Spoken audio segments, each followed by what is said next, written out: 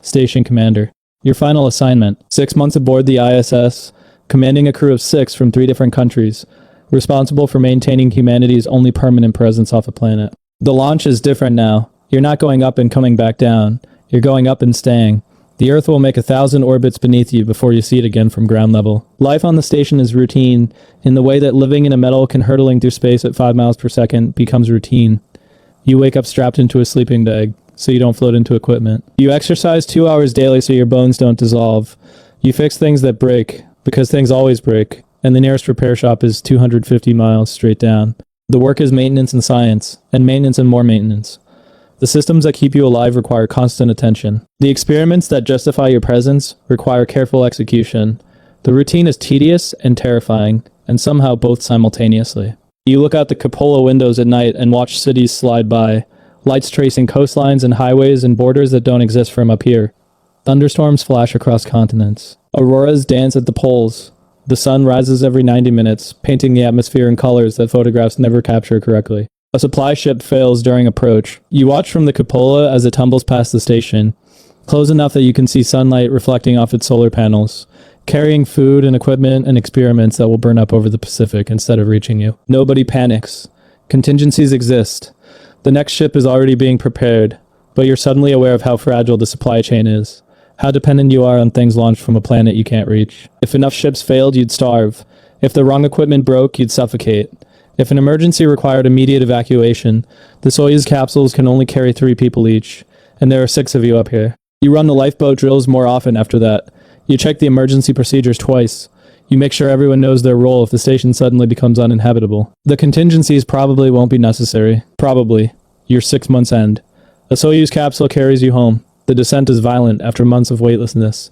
The G-force is crushing in a way you've forgotten bodies can be crushed. The parachutes deploy and the capsule hits the Kazakh steppe, and recovery teams pull you out into sunlight that feels too bright, gravity that feels too heavy, air that smells like grass and soil and earth. You can barely walk. Your body has adapted to an environment that no longer surrounds you, and readapting will take weeks.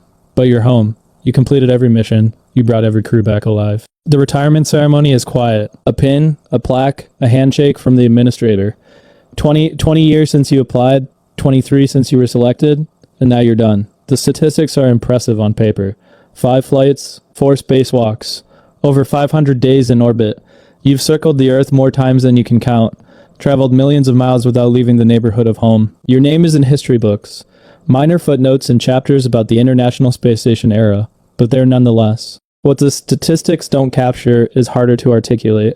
The way Earth looks at sunrise, the atmosphere glowing like it's on fire. The silence of space, not empty but full, pregnant with possibility. The moment you first floated free of the airlock and realized that nothing separated you from infinity except a suit. These aren't achievements, they're experiences. And experiences don't fit in footnotes. The next generation of candidates is already training, already dreaming, already willing to give everything for the chance to see what you've seen. At night, you still look up.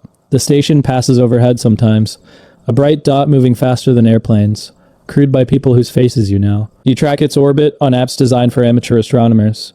You remember what it looked like from inside, looking down, wondering how you would ever go back to being a person who only sees one sky. People ask if you'd go back. The answer is always yes, immediately, without hesitation. Even knowing the risks, even knowing that the body you'd bring home would be a little more damaged than the body you sent up. Space is worth it. Space was always worth it. The new programs promise more. Moon bases, Mars missions, commercial stations that might carry tourists instead of scientists. The future you dreamed about as a child is still arriving, just slower than you hoped. You won't be part of it. Retirement isn't reversible at your age, but you'll watch. You'll advise. You'll help the next generation reach the places you couldn't. You miss it. You'll always miss it. But you were there. You lived it. And for a few years, a few thousand orbits, a few million miles, you were exactly what you dreamed of becoming when you first looked up and wondered what was